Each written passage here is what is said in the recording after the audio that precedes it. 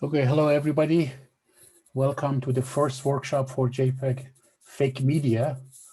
We are going to have a couple of hours of discussion during this workshop, which is online. Just for a very quick introduction, we are going to have four speakers. We are estimating the time of each presentation to be about 20 minutes. Well, experience shows that that in 20 minutes, of course, a lot of things can be said, but it's never complete. So it's possible that some of the presentations leak a little bit beyond that. But then we have put at the very end of the four presentations time, in fact, more than half an hour, 40 minutes, in order to ask questions, discuss, etc. So what we propose is, for the interest of time, we first go through all the four presentations, and then once it is finished, the floor will be open to questions. In the meantime, you don't need to wait and remember your questions. Please use the chat in order to do ask the questions. And during the last 40 minutes, if there are any chat-based questions, we first start with the questions on the chat, and then move to more live interactive questions and answers. So our plan is to finish within 2 hours. Hopefully we will be able to do that. Now, I would like to start with the first presentation, which is some sort of maybe background setting, which is the JPEG Fake Media Initiative, context and objective. This is actually a work by the co-chairs, Frederick Temmerman and Deepayan Bomik, who are the co-chairs of this activity, and it is also supported by Fernando Pereira, who is the subgroup on requirements in JPEG chair, under which auspices this activity is taking place, and myself, I'm the convener of JPEG. I would like to immediately start, next slide please, by telling you why JPEG, right? Everybody knows JPEG for compression and things like that. So why suddenly JPEG is interested in this? Well, before answering to why, let's first see what is JPEG. JPEG, as everybody knows, is a joint group between ISO IEC on one hand and ITUT on the other hand, and it basically, it's really at the lowest level of hierarchy in ISO. It's very similar to MPEG, which is another group that is well known. Currently there are 6 ad hoc groups, 7 actually ad hoc groups that are working groups that are doing different aspects of MPEG, and there is one working group that is doing JPEG, and then there are a number of advisory group under SC29, which is the subcommittee at 29 that takes care of audiovisual representation. So this is really where this activity we are hoping that will happen, but it can also happen, of course, in some of the advisory groups, or for other type of media, probably also will continue and extend in, for instance, one of the working groups 2 to 8 of SC29, or maybe even other places in the ISO, IEC, and ITUT hierarchy. Let me just tell you a little bit of the history of JPEG. Next slide, please. JPEG is known, of course, as I said, for its compression standard. It has quite a few. The most, I would say, widely used, and the one that is, its claim to fame is the good old JPEG format. But since then, there have been quite a few other activities. Some of them are finished, are being used, are being deployed. Some of them are in deployment or in progress. in terms of standardization. Now, beside compression, we have another group of standards that take care of really the glue and other aspects than compression.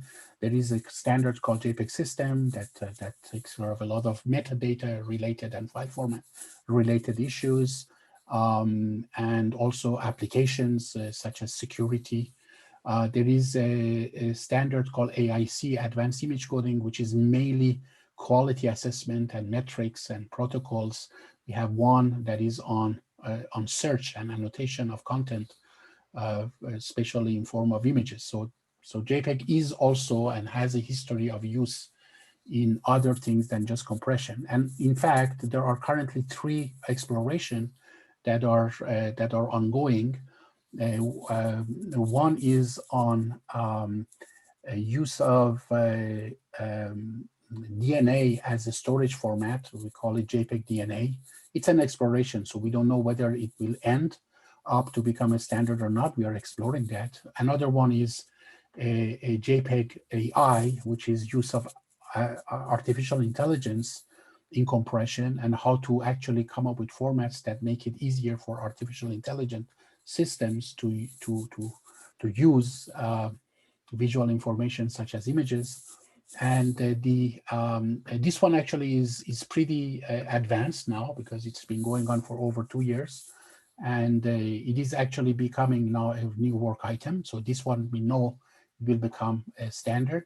And of course, fake media. And fake media is one of the 3 exploration at this moment.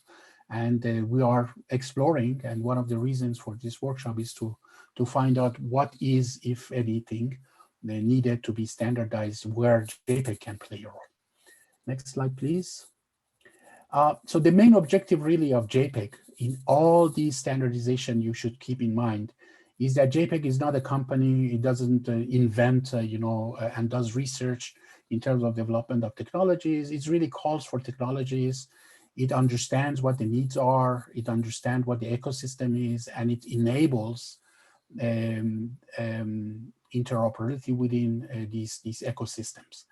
So this is the case of everything I just mentioned, and it should be the case of the fake media activity if it ends up being a standardization activity. I'm gonna now leave the floor to Frederick. Yeah, and still to answer that question, why is JPEG interested in fake media, or where do we think that we can play a role? We believe it's interesting to have a look at some of the activities that JPEG has done in the past. And one of these is GPSec, which is a framework that was particularly developed for JPEG 2000 almost 2 decades ago at this moment, to add security features to it. And more recently, we have been working on a standard which is called JPEG Privacy and Security, and which takes some of these concepts to build a framework that is based on the JPEG systems architecture, which implies that this framework can be used with all JPEG formats, so not just one of them, like JPEG 2000. And JPEG Privacy and Security provides features like partial protection of images or associated metadata, region of interest of an image, for example, or a specific set of metadata like the location where an image was taken, or the particular device, and so on. And in addition to protection, it also focuses on use cases related to authenticity checking. And in further elaboration on that side, we've recently been working on exploration on media blockchain, because this is a rather new technology from which we think it can be very interesting for some specific applications like digital right management, these integrity and authenticity verification use cases that I've mentioned. But in this case, without the need for a third-party authority, you can do that in an open framework. and then also in media distribution and monetization. So this is a topic that we've been working on for quite a while, and also on this topic we've organized 4 workshops in the past. On the JPEG website you can actually find all of these workshops back and also see the presentations that were presented. And at the end of this exploration, we ended up with a whole set of use cases. Most of them can be divided into groups related to media consumption on the one side and distribution on the other side. Now, blockchain in itself, it's enabling technology, and as said, it can be used in all these different applications. And it's why we have decided to focus on one particular application in the first place, which is fake media.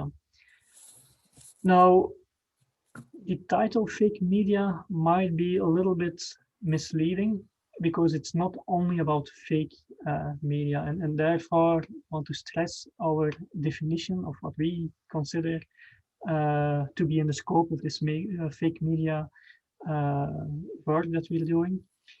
And we define fake media as a result of any image or video modification that changes content or context regardless of good or bad intentions. And that's very important to mention because fake media maybe have a bad connotation to it if you look at it at the first sight, but it's really about the 2 sides of it. And here is another side to visualize that.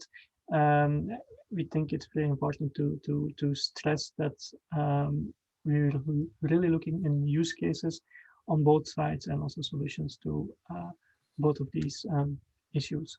And to illustrate in more detail what exactly are these use cases that we're looking after, we've made a small compilation of examples of use cases to illustrate the context.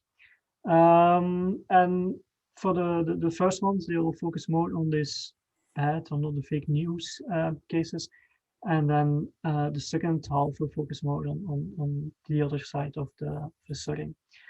And for these first use cases, I'm going to head back over to Reg. Yeah. So one of the couple of things that really I would like to share with you is that first of all, images really bring a very interesting dimension in providing messages and intentions.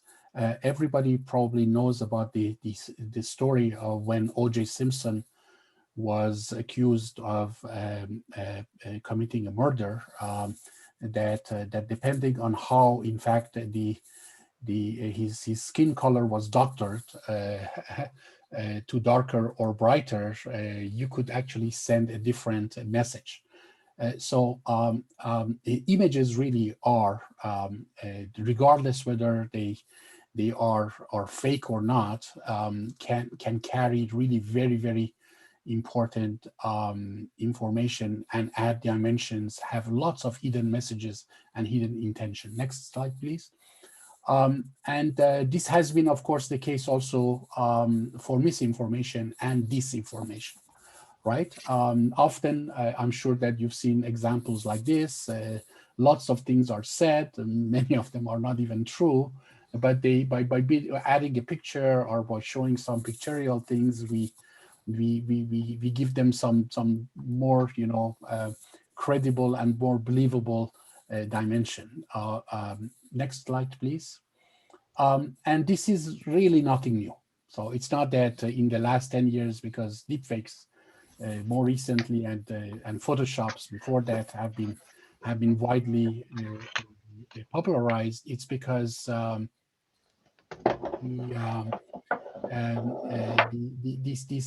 this need to manipulate, sometimes for good, sometimes for less good reasons, it has been always run. This is a famous story of the portrait of Abraham Lincoln, which actually, by the way, is not his. In fact, there was a senator in a southern state that was, or a statesman in a southern state in the United States that had a very, very presidential posture, and the head of Abraham Lincoln, but put on the body of that person because it makes it very very presidential, maybe, or more of a statement. Next. And throughout the history, this has been done elsewhere too. Stalin is known when everybody fell off his favor. They not only disappeared from the surface of the earth, but also in all the pictures with whom. So this is one of them where, even though this is extremely old, still, in painting was achieved with really, I would say, physical means and scissors and glues, etc. Next is the same. This one is not in China, in Russia, but in China, where also the same type of things happen. So these are all very old pictures. This one is Mao Zedong on the right, with some of his bodies, but some of them fell out of favor and disappeared. Next. Here we see a little bit similar situation. Nobody really knows, but you see a person on the right between Hitler, Adolf Hitler, and a lady who's disabled. Actually, this is Goebbels. So nobody knows why actually he was removed, but for some reason, Adolf Hitler or somebody who wanted to publish this didn't think that Goebbels was a good person to be put there, and it was removed. Next. This one is Mussolini. So all the cream of the cream. On the right you have the original picture. On the left he has this heroic gesture, and he probably, either him or somebody, felt that having a helper keeping the horse was not a very heroic thing. So he doesn't need to be helped. So the person was removed. Next. It doesn't always happen, in despotic and dictatorial places. This is an example of a candidate for prime minister in Canada. On the right, you see the Queen of England and her husband. On the left, the husband has been removed in order to give a more intimate relationship between the Prime Minister of Canada and the Queen of England. For publicity reasons in elections, just to show that they were closer. For propaganda, this has been used a lot. This is a typical, actually, picture that you see around. This is the victory of the Soviet over Germany during Second World War, and in fact, some of the soldiers were basically stealing, like they had several watches in their hand, etc., and they were removed in order to not to give the impression that they were doing, burglary and stealing and stuff like that. Next. And so this actually happens really even in democracies like the United States. This is a picture of a hockey team during, I believe, Olympics, where the head of 4 individuals there was replaced by the head of others. I'm not sure exactly why, but this is really this is an official picture, which has been basically doctored. So we see these things actually are happening sometimes maybe for convenience, sometimes for other reasons, but they have been historically there. Next. Yeah, and of course, recently we have these examples of using AI, right? More and more people are using AI for manipulation. This is an example of how you could actually basically change the picture of somebody and impersonate somebody else, for instance, in an ID picture. Next.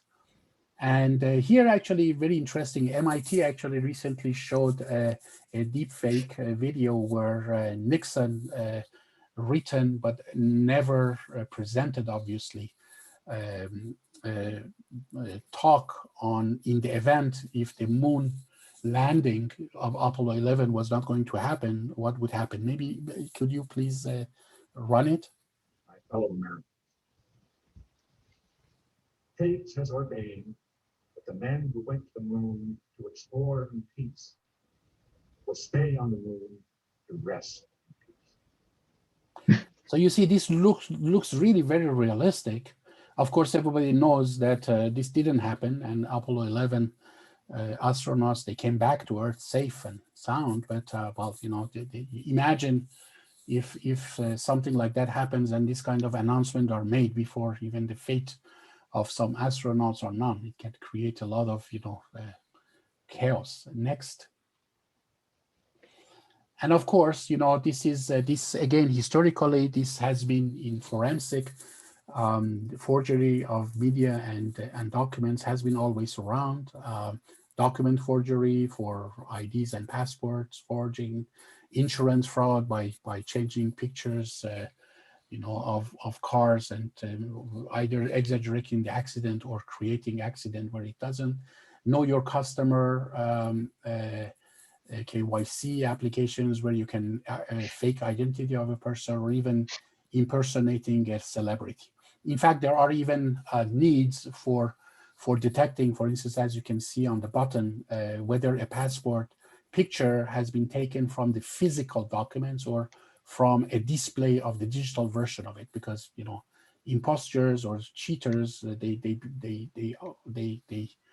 they not always have access to the physical document, so they can actually, this could be one of the ways to know whether something has been really taken from a physical document or from a replica, digital replica of it. Next. Yeah, so here I'm gonna again leave back to Frederick. Yeah, so most of the examples that we've seen so far, they're focused on the malicious cases, so to call it. But there's also a lot of cases for creative and positive usages. One area is enhancement driven modification, where AI techniques are used to enhance the quality of an image. And you see a few examples here, like on the top right, that's an artificially colorized image. On the bottom right, you see a super resolution image, which is created from a low resolution image. And using an AI algorithm, you can lower it up to a high quality image. And then on the left side, you can see a similar example for denoising. And also on video, this can be used, and we have an example here of an old video. You can see a screenshot of it on the right side. It's an old video of a train arriving in a station. There's a lot of noise. There's a lot of artifacts in it, but somebody has created a high resolution and colored version of it that I will show now.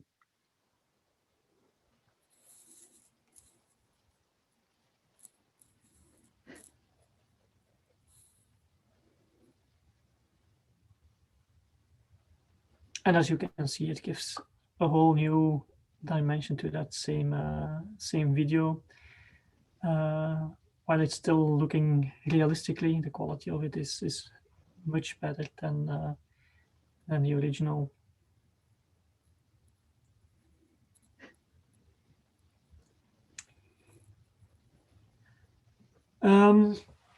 But there's also other examples. We've talked about deepfakes, and there again, we often have this negative connotation, but deepfakes, they're also useful, for example, for special effects in movies. For the security of actors, for example, you can use fake that looks realistic without having to take any risks on with a human being.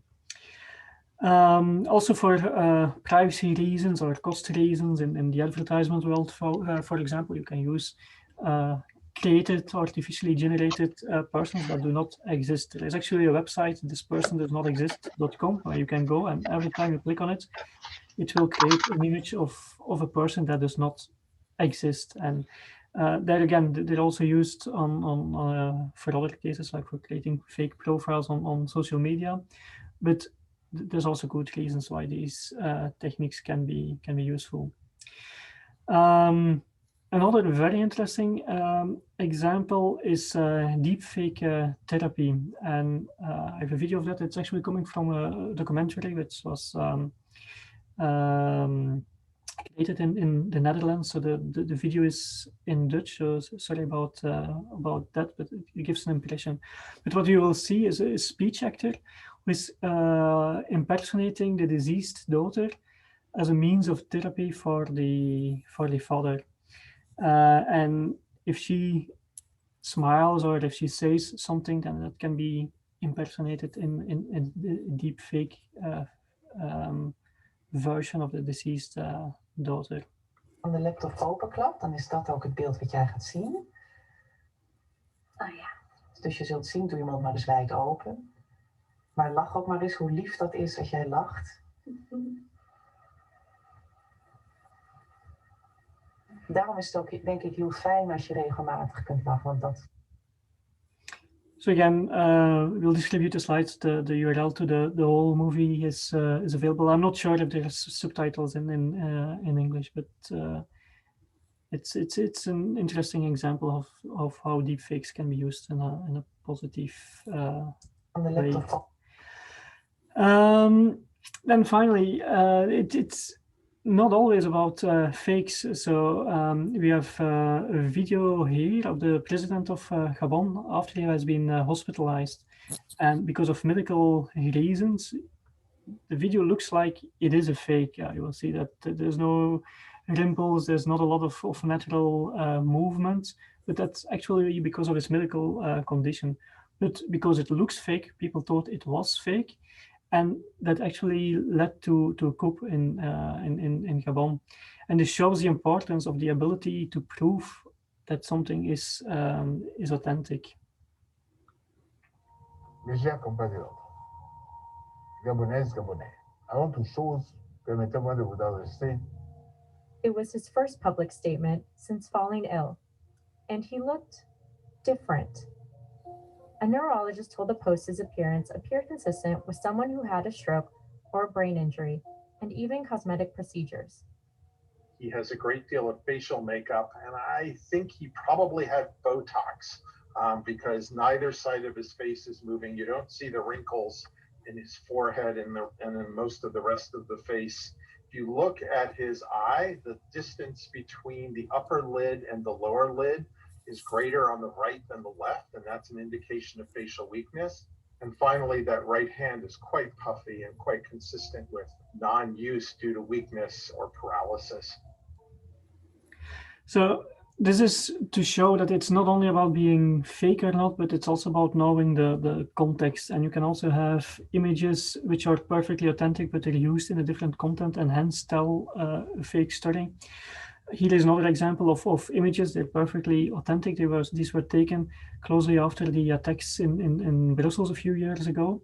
But it shows that by the way you frame a picture, by the way you take a picture, you can tell a different story.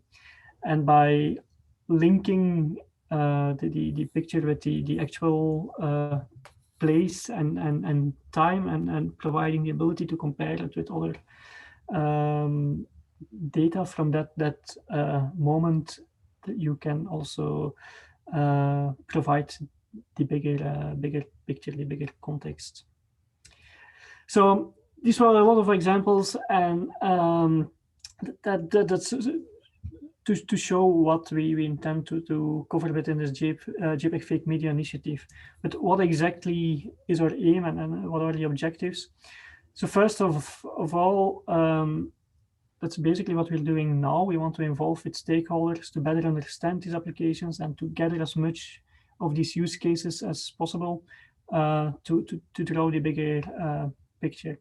And based on all of these use cases, we have to identify key requirements and identify what is open, where are there still opportunities for standardization. And the reason why we need these standards is, as always, to achieve interoperability between applications. Like detection of deepfakes, for example, itself is not within scope, but these algorithms could use a standard to add annotations to images so that it can be identified that that these are likely manipulated. So the potential standard will likely focus mainly on metadata on the one hand to signal authenticity, and to security and protection of that integrity information on the other hand. So once again, just to make that clear, so this detection is not in scope directly, but we do think that if at some point this will become a standard, this will be useful for these people working in this domain to provide the results, the outputs of their algorithms in an interoperable way, and to allow applications of others to signal what they have concluded. Looking at requirements, at this point we see two main groups of requirements. First set related to describing the modifications, and the second set related to securely attaching these modifications to the image content. And with respect to description, we're looking at descriptions of, is something generated, is something modified, is something captured natively by a camera. If it has been modified, what's the type of the modification? What's the purpose of the modification? If you use an algorithm for detection, what's the likelihood of a modification? Where in the image is a modification detected? What's the provenance information? What's the origin? And so on. So these are all the type of things that you need to be able to describe in a standardized way. And then secondly, you want to attach these descriptions in a secure way. Maybe you want to restrict the access to just specific individuals or specific applications.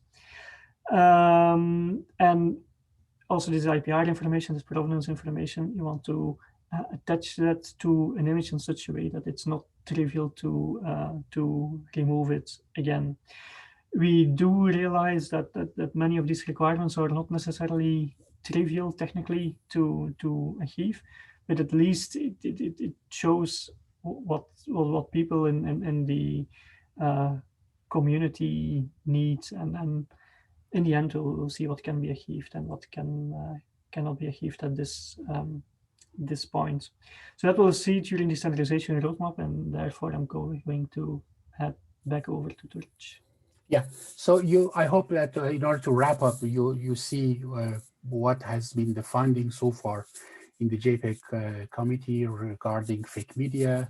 Of course, we need now to see how standardization can happen. The good news is that we are used to this, and we have actually a very nice way of doing this. It always starts with the activities like workshops that we see here to inform and engage, collect use cases, assess them, define requirements, and then decide whether we want to issue a call for proposal or not. And then once the call for proposal is issued, also there is a very well-defined also roadmap that follows that. Next, please. So, what are the next step for us right now in very short term is to continue collecting fake media use cases and their requirements, survey relevant industry and government initiatives. It's not the first and the only time that people are paying attention to this. So we have to look and learn from others, coordinate, get online with other activities and initiatives that are going on.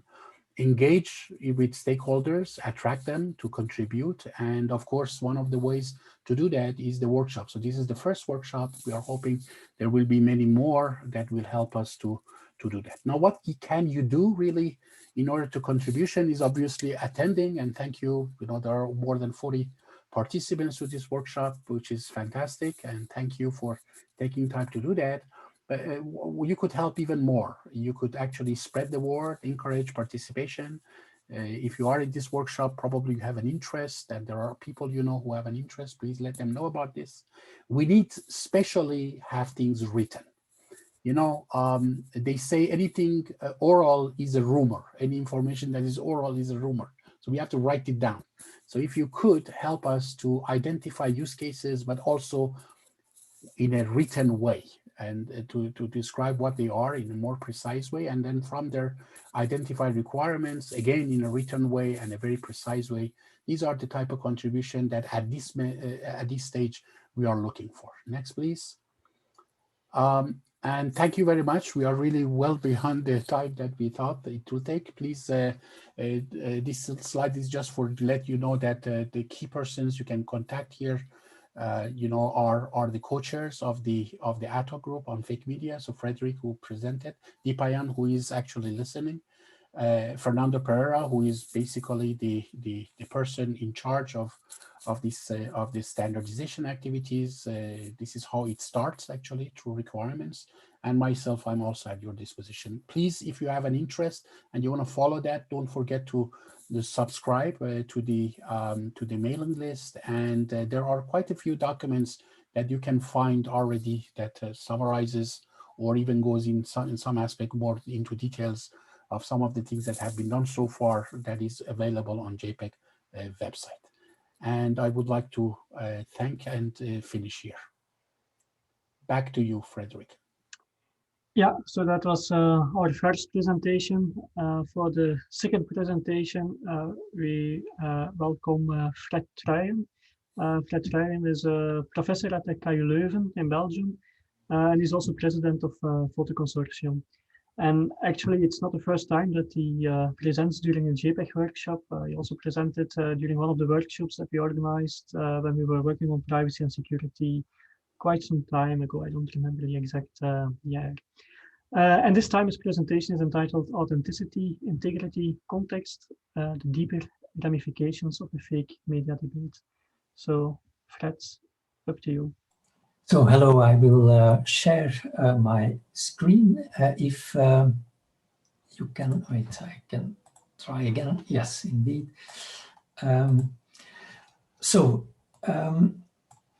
Part of what I will say relates very closely to what Duracho already showed in the examples. So I come from Photo Consortium, and Photo Consortium is an association of photo agencies and photo archives together with imaging experts, metadata experts, and people like me who are interested in digital transformation workflows. And so what I want to discuss is some issues with disinformation through the use of images, but we saw already a long list of examples by Turec. And I will then discuss the issue for specific sectors. And I will end with a few hints on how this impacts, in our view, the requirements of metadata management of images, and suggest some mitigation strategy.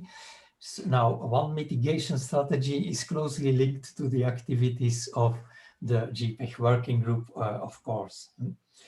So what are the societal issues? Well, as Turec correctly said, images are very compelling because they always inescapably, and research supports this, inescapably create an illusion of direct evidence. People are always in the impression that they are seeing something real.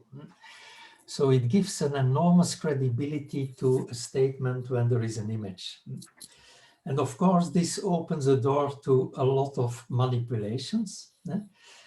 And we saw a lot of tempering of images, but the most common misuse of images is that you decontextualize an image, that you use an image that in fact came from elsewhere, and that due to the fact that images, certainly online, circulate only loosely connected to the contextual environment, the only link is often the fact that they are embedded in the same HTML page.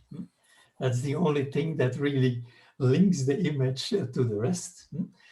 And this allows for false recontextualization of images.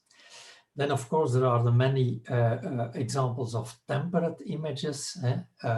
There are fake images of different levels, but we saw examples of that.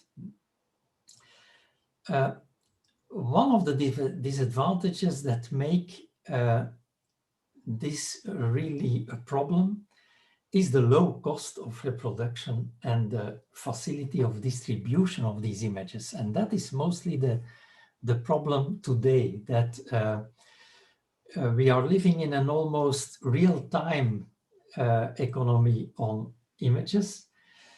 And in this real-time communication, we do not have the time to scrutinize every image that comes to our attention. And this means that there is a rapid spread of this misinformation and disinformation. Add to that source tracing is quite an ambitious goal if you want to do it on internet communications. And you simply don't have the time to every time try to see whether an image is authentic or has an integrity. Think about the famous, the infamous image of Prince Andrew. Well, there are a lot of doubts about this photo, but no one has the time, the possibility to really delve into the image to try to find the source, etc., etc. And then there is another problem. So the advantage of the internet, low cost and low cost of copy, becomes a problem. And the second problem is the illusion of synchronicity on the web. Web users have the impression that everything that is on their screen is real time and is synchronous.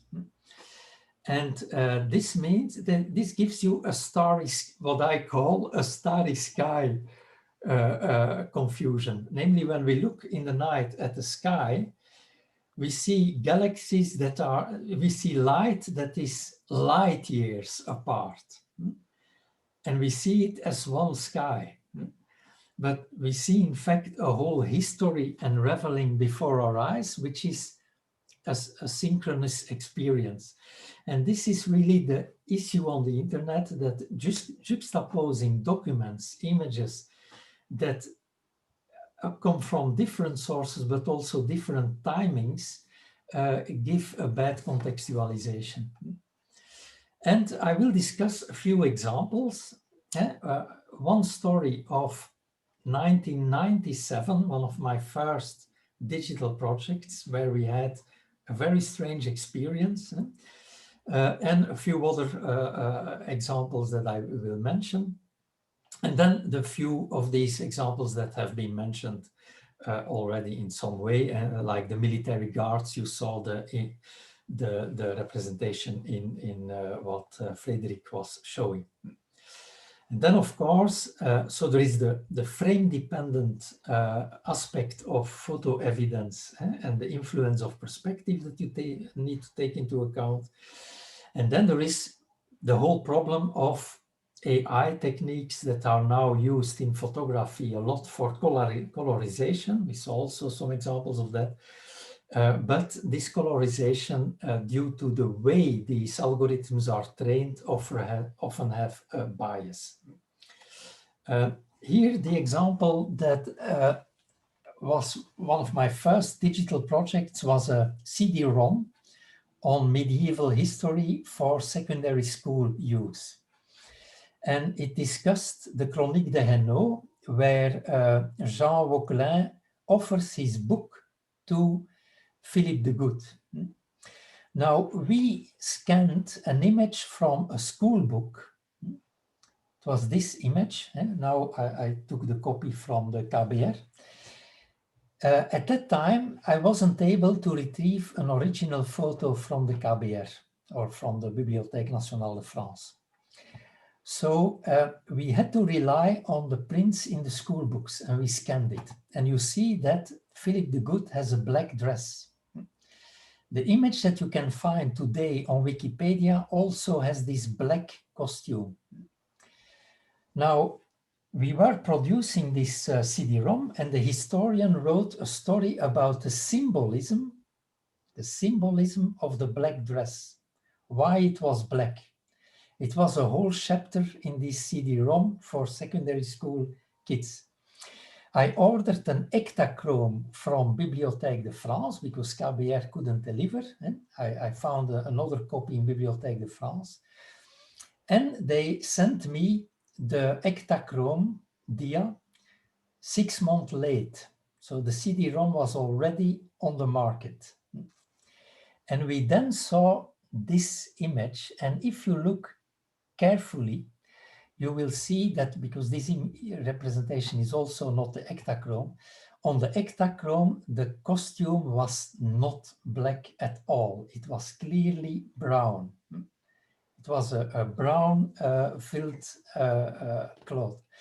So the whole story about the symbolism of the black was rubbish, historically rubbish. Now, our problem was that I couldn't rely on the Ektachrome either, because as you all JPEG specialists know, and maybe if you have a photography background, Ektachrome is also not a very reliable source for colors. It had also a bias. And the image from KBR, which is now digitized at full standard, seems to suggest that it might be black after all. So that our scare that we had was not justified. Just to show you the immense problems to do history research on the basis of digitized images, you need to see the original to be sure about that. And of course, on the internet, a very famous example is the yellow milkmaid, where most of the images that you find online of the milkmaid don't have the right colors.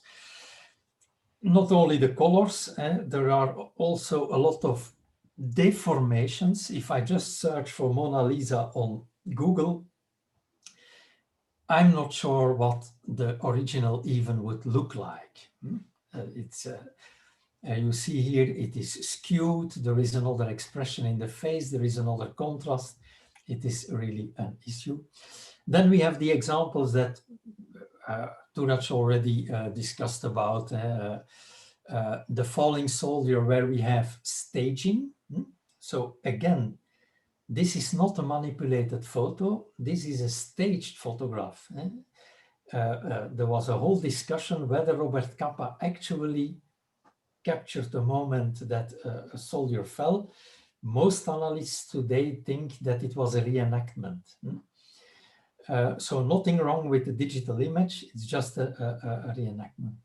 Here we have a composition, we discussed about this in... Then we have this problem of colorization through algorithms. There are a lot of, in history journals, and that is why I wanted to mention it here. These techniques are heavily discussed at this moment. There are many publications where historians say, listen, there is a problem with colorization of film reels and photographs, in the sense that most of these deep learning algorithms are trained with today's images. And today's colors are different than the colors of the past. For example, a blue jeans today has another blue pigment than the blue the older work attires at the beginning of the 20th century. So if you train the algorithm with large quantities of today's images online, you will get an history bias of these colors. Which is difficult to correct because you do not have information in the photograph to correct this. And one of the possibilities is to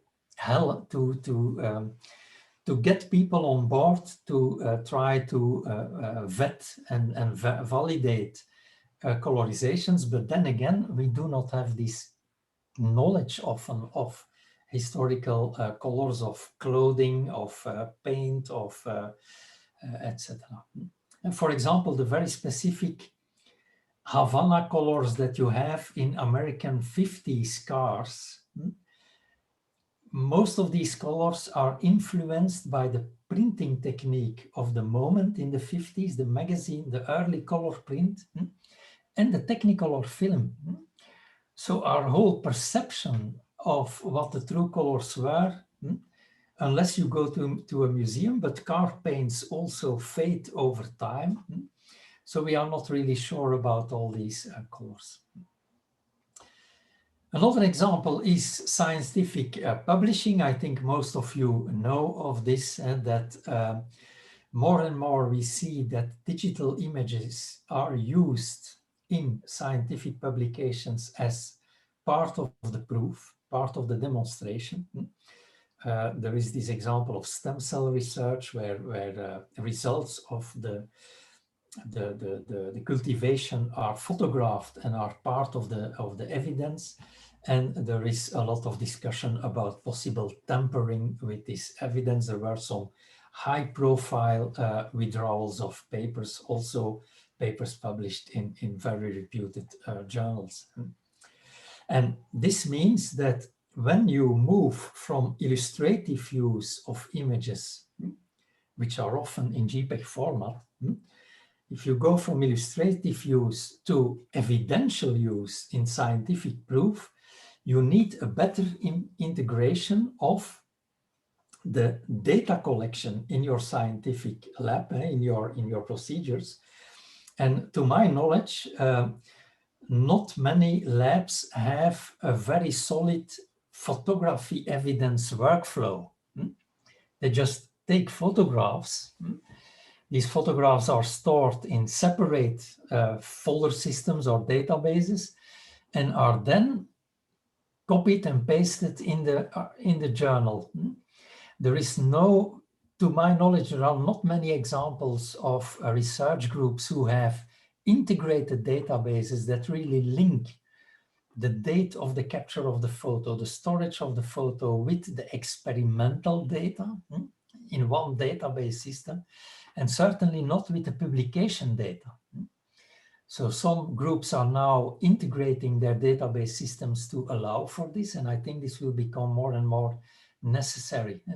So evidential use puts new requirements, both in history as here in scientific publishing. And the last and a very different situation that I wanted to discuss is, because many of our partners in Photo Consortium are photo agencies who deliver photos to newsrooms, and they say, yeah, we'd rather have that a newsroom gets the image from us, or from trusted agencies, of course, than from social media.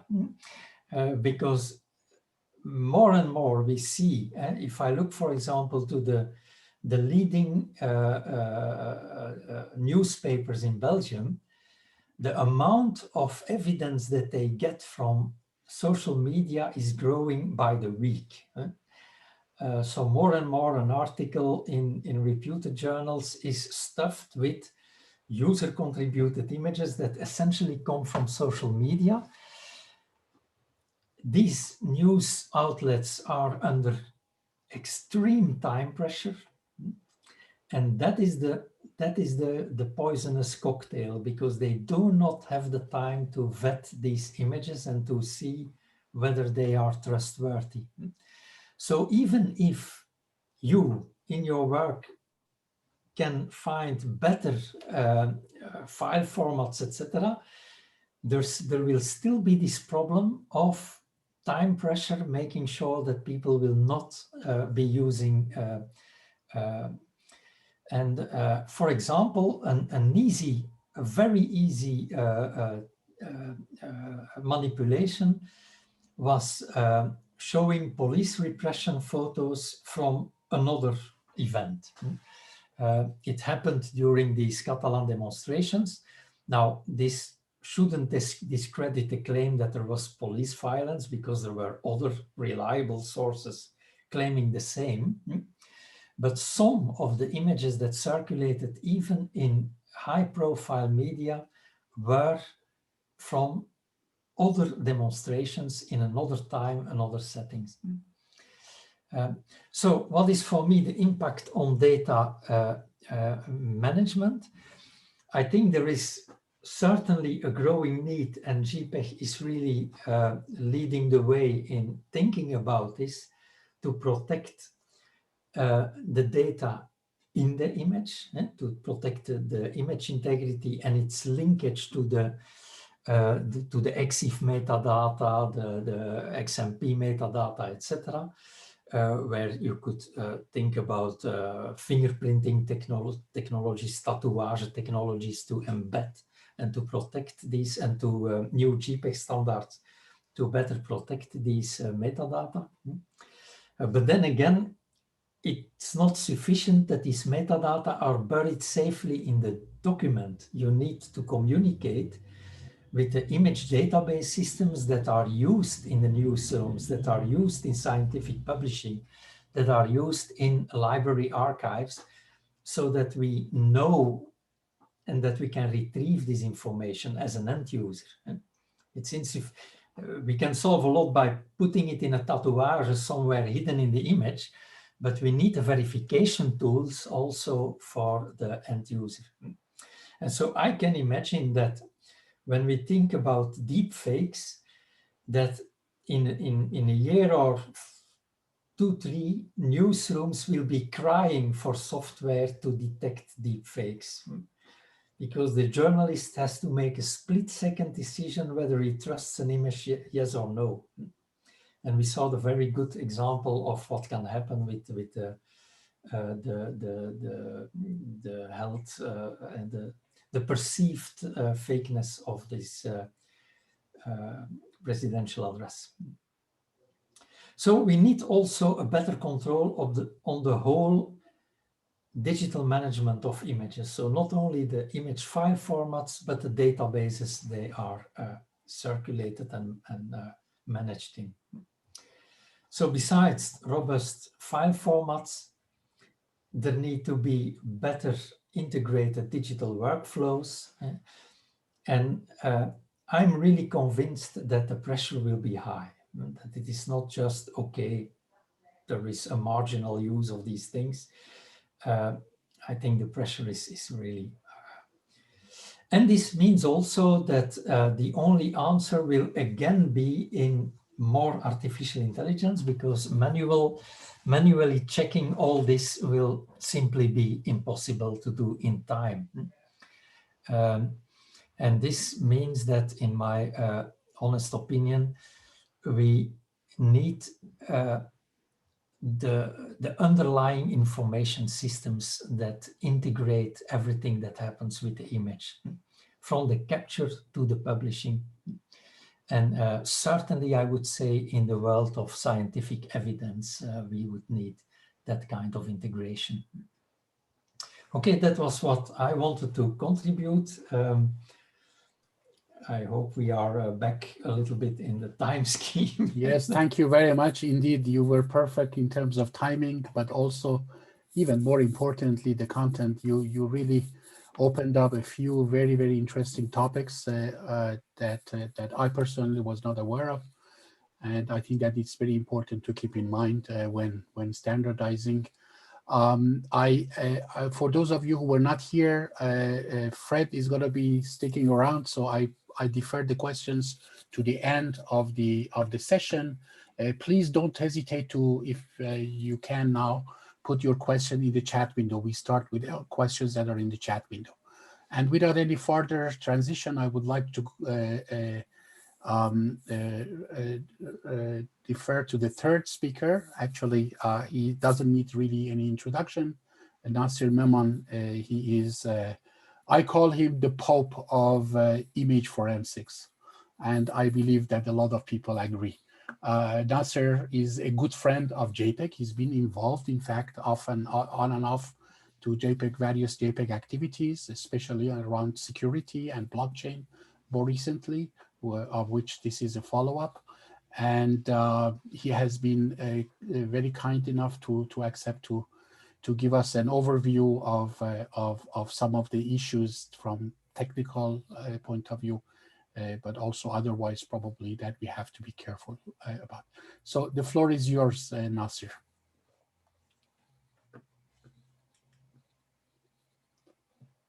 Just that your microphone, I think, is off.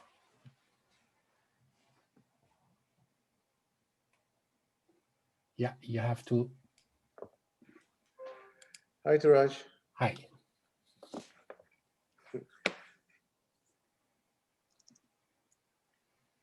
So are there questions or you want me to go, Taraj? Yeah, just go ahead. You can Okay. start. Should I can share my screen, right? Yes, absolutely. Okay.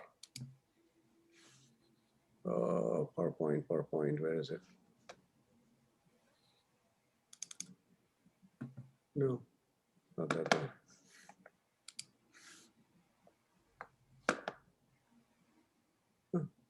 So we see your PowerPoint. Okay. Okay. You can see it? Yes, but we are somewhere in the middle. You can't see what? We see PowerPoint slide number 2. Is that correct? Really? Is that 2, 1? 2. Oh, I put up Acrobat DC. Sorry. My screen is showing. Okay. Yeah. I'll play. I was on the wrong screen myself. Okay. Yeah. Now you see it? Yes. Slide 1? Okay. Okay. So I guess the context for the issue at hand was said very nicely by the previous 2 speakers. So I will not repeat any of that, the context anymore, right? Understanding that you know what the problem is. And I'll talk some of one approach that we've been taking, we've been exploring along with a colleague of mine, Pavel, and I'll talk about this. So if you look at the context and the problems, right, what kind of solutions do we need? I mean, it was earlier mentioned that detection is out of scope for JPEG, makes sense, right? That's not what JPEG does. But even then, even if you want to talk about detection a bit, we feel that the media forensics kind of approach is kind of a cat and mouse game. It really doesn't lead too far down the road, right? It's limited in its applicability because the attackers always get the upper hand eventually. And it's a vicious cycle that you get into. But there's certain applications where integrity assurance is extremely important, and you cannot rely on the attacker not being able to circumvent your detection. So instead, we need more solid guarantees, and we think that hardware and software sort of support is needed in order to do these things, and that's where JPEG comes in. And for example, one of the really wonderful example, and I'm really looking forward to hear the talk later on by Leonard about Adobe's Content Authenticity Initiative, is one such example of what can be done and should be done, in my opinion. But we are looking at something slightly different, quite a bit different actually, which can also have its own place. So we're looking at, can we develop some hardware-based or software-based proactive solutions, right? Like what we do with a $100 bill. I mean, we don't just make a pretty bill and hope that people won't be able to counterfeit it. We put some elements in it. We put some integrity mechanisms in it that make it hard to counterfeit or forge and all those things, right? So things like that may need to be done with images, not with every image, not a picture of me with my grandson, right? That's not important, but images from video cameras, body cameras, law enforcement, journalists, and things of that sort. We need some mechanisms that provide better guarantees of authenticity, and JPEG, I think, is the ideal organization which can help facilitate that, right? So if you look at historically what's been happening in the detection world, right? We had some sort of a sense of what the camera pipeline looked like. And there are various stages in that camera pipeline, and each stage leaves some sort of an artifact, some sort of telltale signs that will be perturbed, whose statistics will be disturbed when you either manipulate an image, or those statistics will be different if for a generated image, right? The deepfake like stuff, which will allow us to sort of say something about the authenticity, right? And one of the famous ones is this, most successful one has been this PRNU noise, right? Every camera has a unique noise pattern, and not only does that allow you to do device identification, but also allows you to do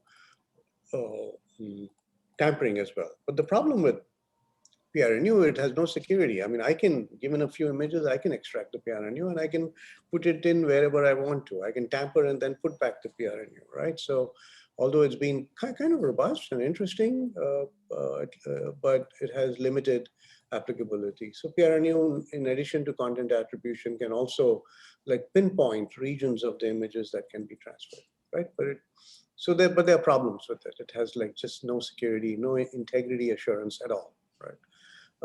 And so what we think is that the sort of the amazing progress that's being made by computational photography, and all of you know much more about this than I do, right? So I won't get into that, but basically all that stuff that's being done, first of all, they will break PRNU completely. They'll break the old forensics models completely because the statistical traces that we are relying upon will not be there, even just coming out of the camera, right? The moment the picture is out of the camera, goes through the pipeline, imaging pipeline, it's already kind of quite a bit processed, right? So, and for forensics traces will be hard to get.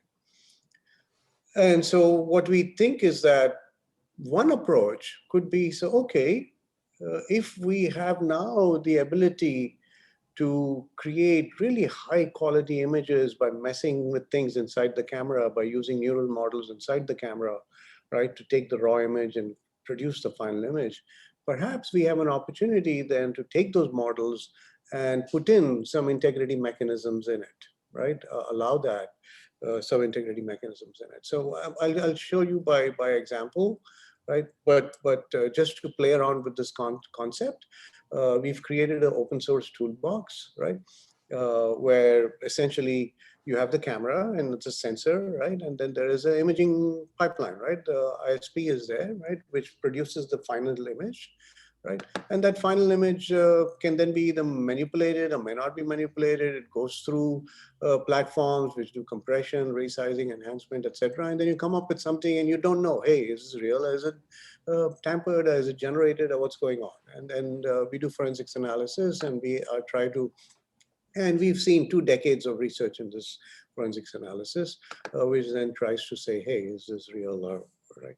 So our thinking is that if this ISP is being now optimized to give better quality, can we optimize it for other purposes as well, for authenticity as well, right?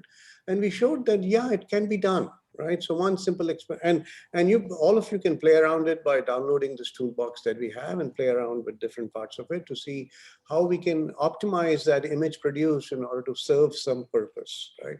So for the first thing we did, just to play around with it, is saying, okay, can we optimize that ISP, which takes the raw image and produces the final image, right? High quality final image, like a black box inside the camera, right? And that's not the case today, but things are headed in that direction. And then optimize it in a joint fashion so that you get very good forensics detectability. So the image that comes out, in some sense, is forensic friendly. Not only is it high quality, but it's forensics friendly and it responds to forensics analysis better than without doing this optimization, right? Joint optimization that we do. And that can be done without any sort of price on quality. Is that what we showed? There's a CVPR paper which actually was chosen as the top 1% for finalists, right? And you can look at it. That was about a year back or so to get more details on that. The next thing we did, which may be more interesting in the JPEG contest, we said, what about the codec itself, right? So even codecs are now being kind of essentially being captured as models, right? You have a neural model, raw image goes in, a compressed image comes out, right? And we've seen some phenomenal progress in image compression using neural models, right? And so, but can we, instead of simply focusing on quality and bitrate, can we create codecs, right? Compression schemes that are forensics friendly. So I take an image, I compress it, and the result, the uncompressed image, is better amenable to forensics analysis than if I had not optimized it for that purpose, right? So again, we show that one can create compression codecs that actually respond to forensics analysis much better, right? As opposed to without any optimization of that kind. Again, I'm not getting into details. We're already way behind of time, and hopefully I'll catch up because I'm eager to hear the content authenticity talk as well. So this can be done. We've shown that, and there was a ICLR paper somewhere here, right? ICLR paper this year, where we sort of presented this work. But another thing, if we take it to the next level, right? So, okay, so now we can mess with the imaging pipeline or the compression codec and to make images more forensics friendly. Can we take the next step, right? Because the previous solutions, in some sense, still have that cat and mouse aspect to it, right? You're producing things that are okay, maybe forensics friendly, but the attacker knows about these things as well. So is there a cat and mouse game that you're beginning, right? In order to get a security with some guarantees, typically you need some secret in it, right? You need cryptographic primitives involved because otherwise you don't get that. And otherwise you just get empirical security. Even with cryptography primitives, so you quite often get empirical security, but there are more guarantees there. So we looked at, okay, what about if we, at the time of capture itself, right, embed some fingerprint, just like that PRNU was there, that's why I brought it up. Embed a sensor fingerprint, right? So imagine this particular model. You have, oops, ran away. So you have, so essentially you have the raw image, right? And then before that is captured, and there is now an embedding model, right? What the embedding model does is takes a secret, right? Which is, why does it keep going? Oh, it went forward or backward. Takes a secret, I guess it's sensitive. Maybe other aspects like time, location, etc. And based on that creates a secret fingerprint, right? Which is customized for the moment, for the place, and maybe even the camera, maybe even the content, right? I'm simplifying, not showing all that. And then the model then creates a fingerprint, right, which is embedded into the raw image. And then the raw image goes through your regular imaging pipeline. And again, this is a neural model as well, say. And then you get the final image. And this final image goes through a channel, and that means it goes out into the world, right? And the world does things to it. We call it a channel, right? And make it compressed, whatever, or processed.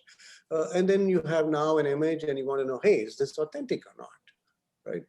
And so you have now, and say, an authentication service, imagine, which essentially has a detection model. And then it based on the metadata, it gets the time, location, and things of that sort. And it has the key secret. It needs to know the secret that was used at the time of embedding. So the camera is a secret. It needs to know secret key in the camera. And based on that, it can authenticate an image. So it can say, yep, this image is authentic or not. Easier said than done, right? It's still a problem that I think we need to keep working on. We've made some progress, I believe. But it's an interesting model, and it's a model that's been explored in the context of watermarking. I mean, many of this community, we have looked at watermarks for decades now, and they didn't work. But I think they didn't work because the threat model there was a bit different. In the watermark, you were talking about removing it. Here, it's authentication. So removing it only makes it inauthentic, right? So the only model, the threat model that we have to worry about is spoofing. If somebody is able to spoof and make something appear as authentic, that's what we are trying to defend against. And maybe that makes the problem a bit more tractable. Maybe, right? I'm not giving guarantees, but this is something that we should explore. Nevertheless, we showed that these computational fingerprints can be created. They are really very robust as compared to the PRNU, which was the best model, the best fingerprint that we had so far, right? Which was given to us by nature, so-called, right? The camera sensors had that noise print in it. But we can actually create a very specific, well-designed fingerprint. And that gives you good performance, good quality. And then it's kind of, if you look at it in the Fourier domain, whereas the PRNU was a noise pattern, here there's some structure to it. And what the structure the neural model is learning, we don't understand at this point, but just wanted to show you that there is some interesting structure.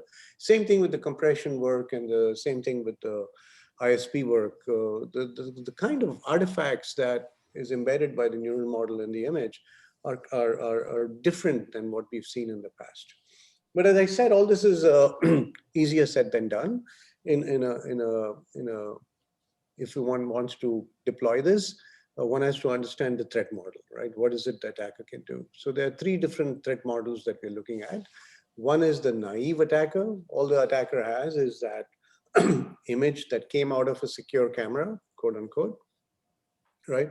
And it has properties in it that if get violated will make that image not authentic. And the attacker doesn't know what these properties are because they were generated based on a secret key, right? Those were properties learned by the model. So all the attacker has that image, and somehow the attacker now has to tamper the image and put back those properties in, right? And maybe the attacker has many copies, right? But again, every copy will have a distinct fingerprint, so it may not help that much, right? Because every copy will have different time and location input coming in. So the random, whatever we embed in it will be different. But let's assume, give that to the attacker. Then what can the attacker do? That's what I call a most practical threat model, right? But if one goes a step further and say, okay, the attacker has broken into the authentication service. Now the attacker has authentication of a white box or black box access to the system, right? Authentication system. Then what can the attacker do, right? The attacker is trying to deduce the secret key somehow, right? What can the attacker do in that case? Because the attacker has access to this, to D, right? And because this can be done under a sort of a secure enclave or something like that. So we know how to protect keys at this point, but the model itself may be compromised. And the third level is that, well, the attacker has actually access to the model in the camera itself, right? The embedding model and the ISP, knows all the details about it. Then what can the attacker do? So these are the 3 kinds of threat models we are exploring. We've shown that this kind of, we be able to defend against this, not a problem, right? We are able to defend against this reasonably well as well, and we're not able to defend against this at this point, right? And again, when I'm saying we are able to defend, I mean it very loosely. We've not published it yet, but this is where we stand, and I thought this might be an interesting thing to point out to JPEG, as perhaps these are kind of mechanisms that could be, I know JPEG doesn't prescribe specific techniques, but they can provide hooks or tools that will allow folks to then put in techniques of this kind, right? So in fact, we have a very large camera vendor who's actually interested in creating and is talking to us and sort of seeing whether one can create these, what we call computational sensor fingerprints.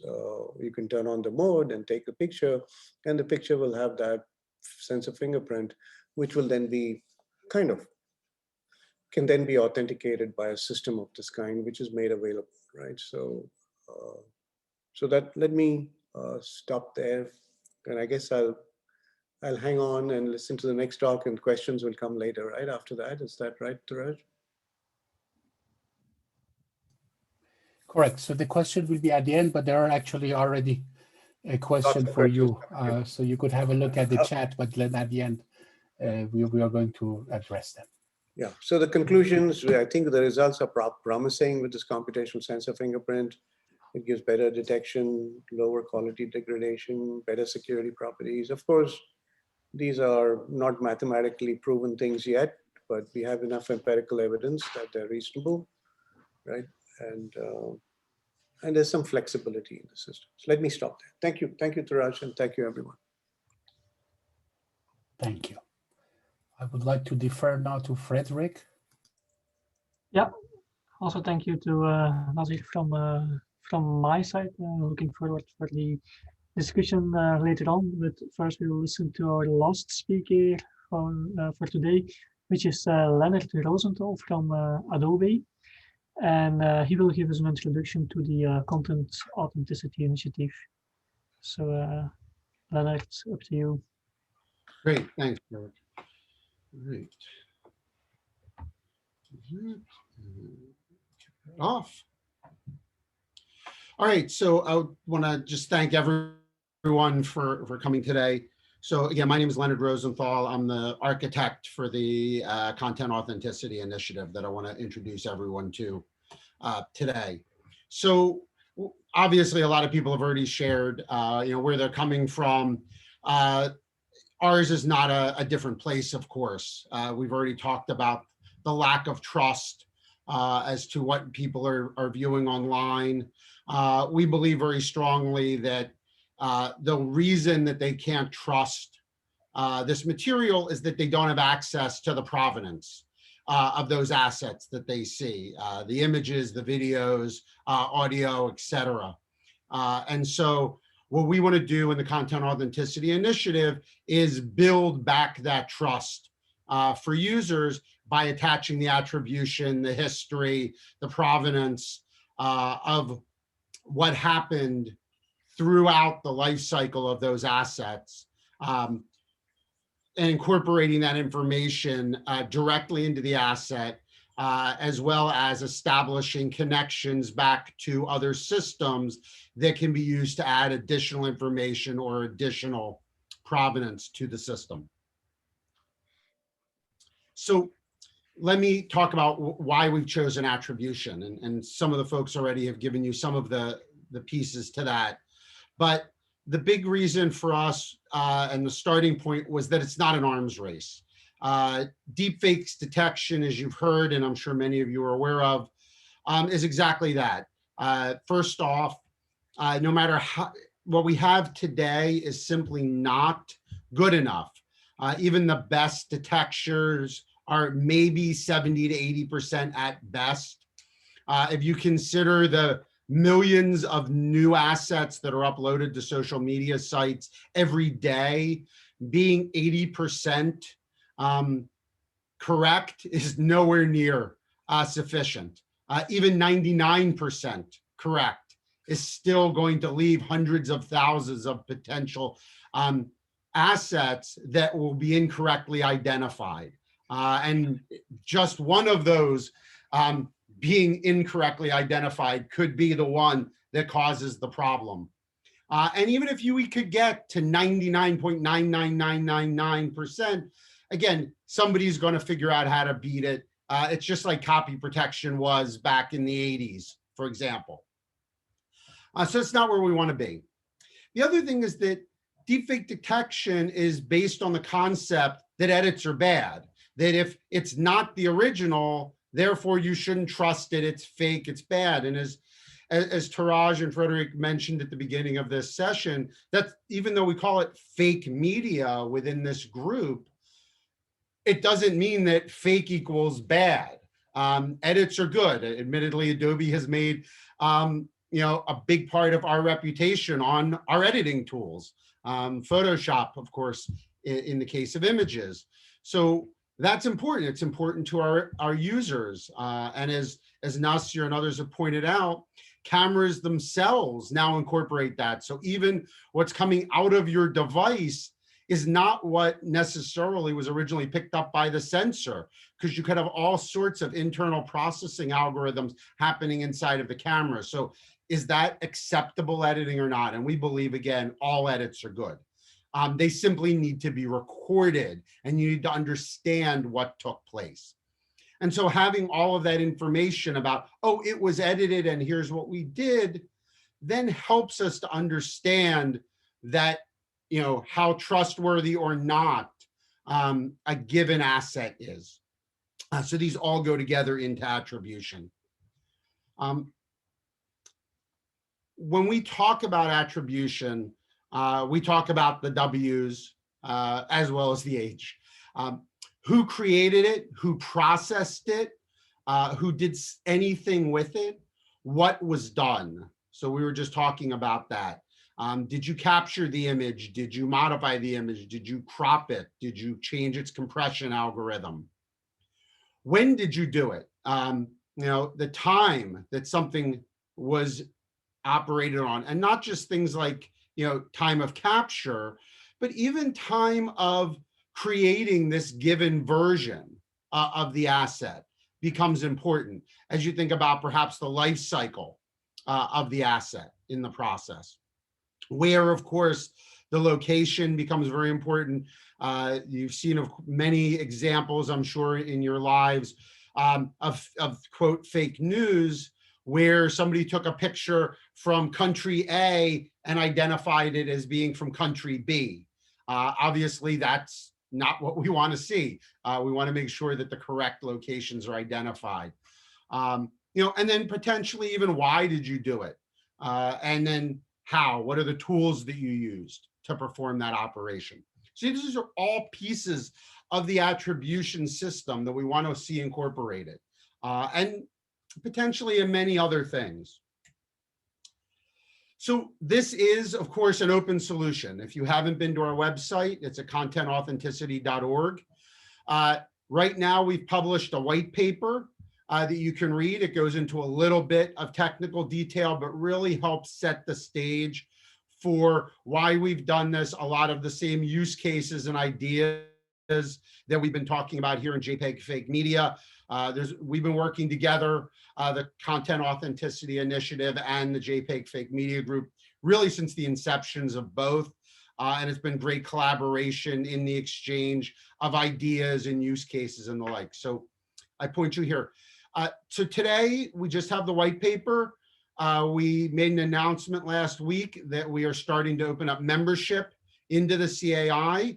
So we are wanting to get more and more folks involved in the actual process of defining the standard, defining the experience, working on implementations and everything. So your timing is great for everyone. And again, I'll point you to our website and how you can get involved. But this is an open solution.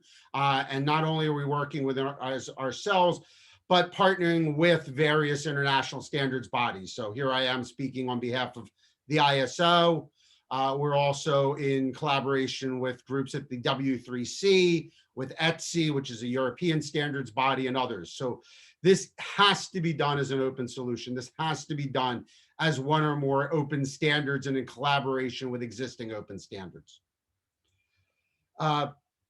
So as I mentioned, Adobe, who I represent, of course, is not the only partner. We're just one of a series.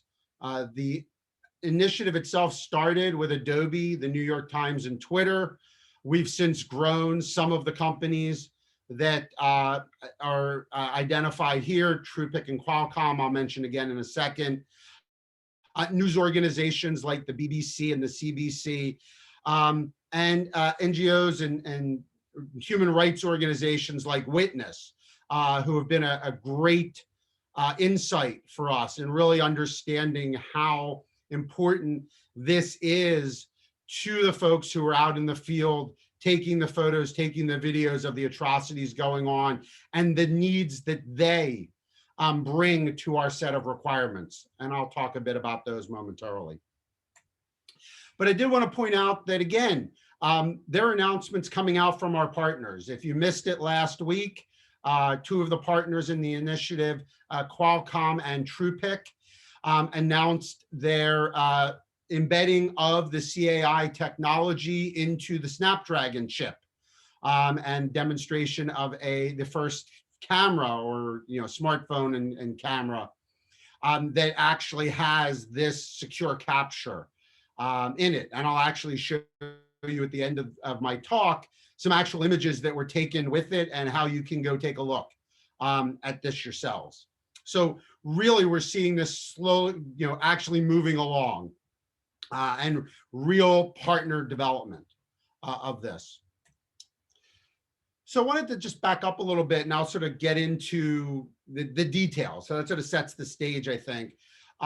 What were some of our goals in building this, and how did we use some of these goals? What have we accomplished with them? So one of the first and remains one of our key goals is to not reinvent the wheel.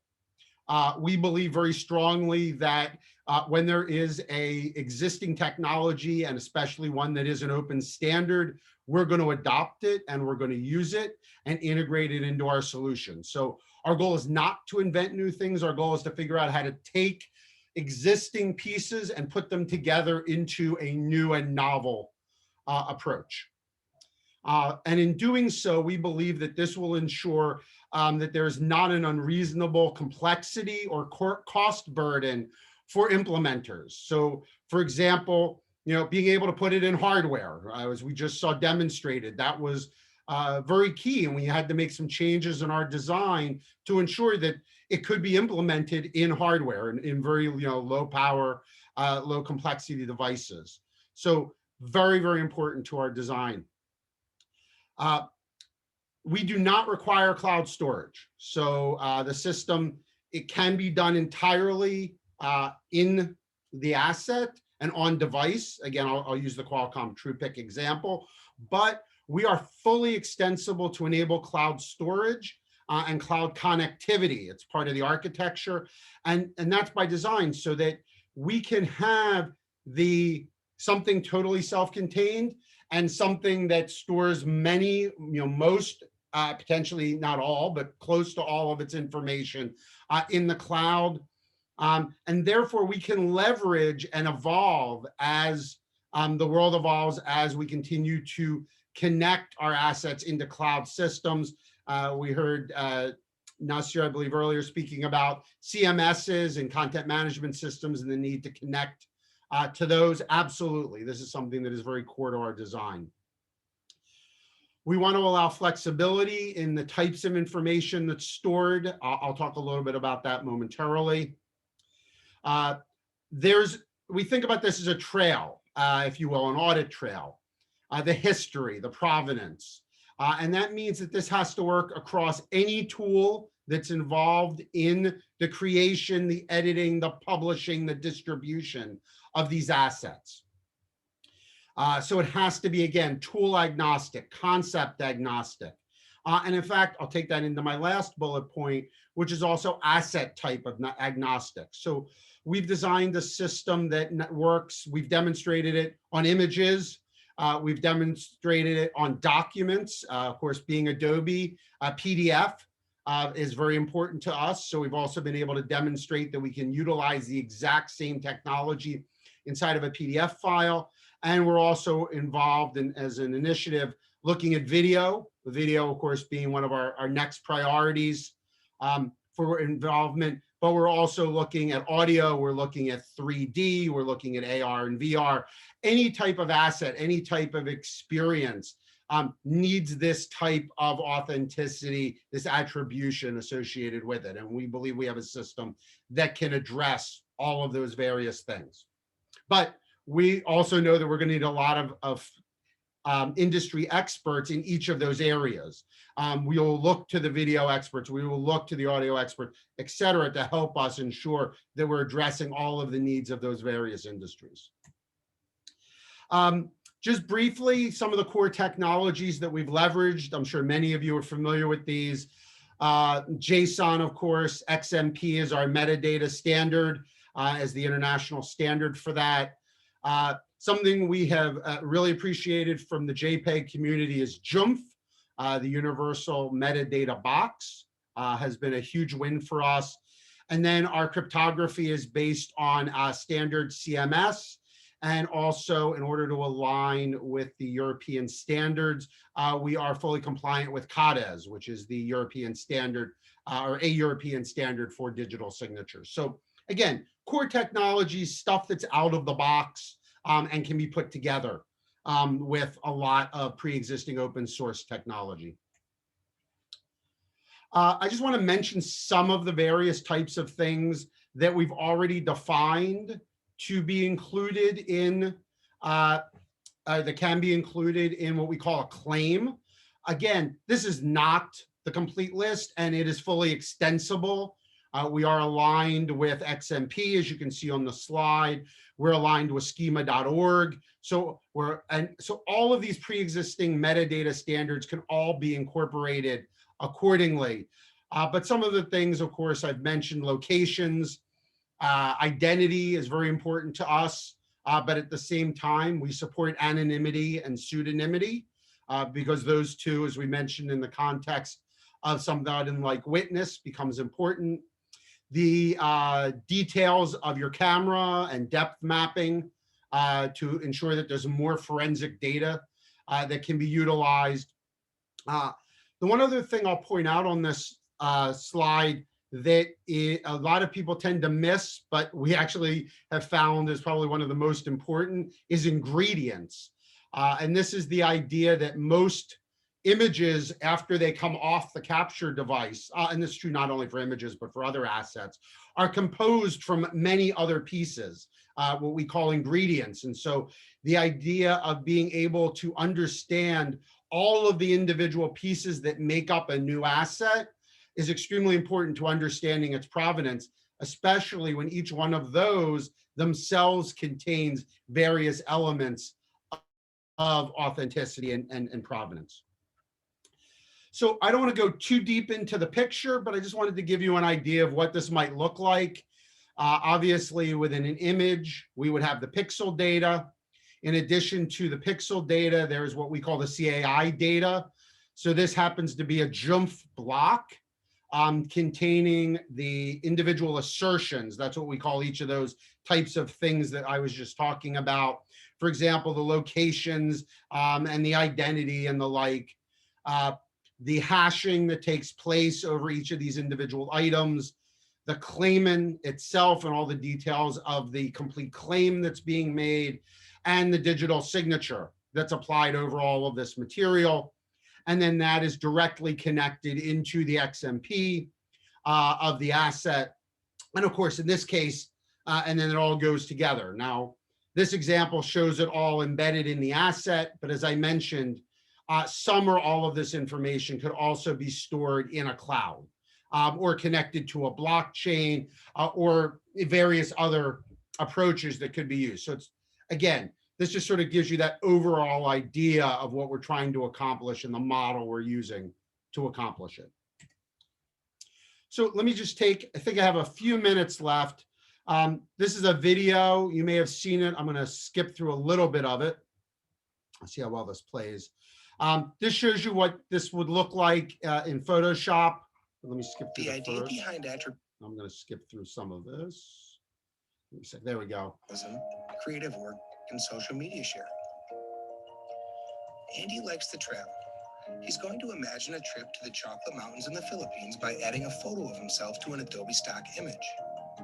Let's begin by opening the Content Authenticity panel. The panel is opt-in. The creator, the Photoshop user, can decide to attach no data or selectively choose to include thumbnail authorship, which is produced by detailed edits in the assets used. For our first edit, we'll merge the two images.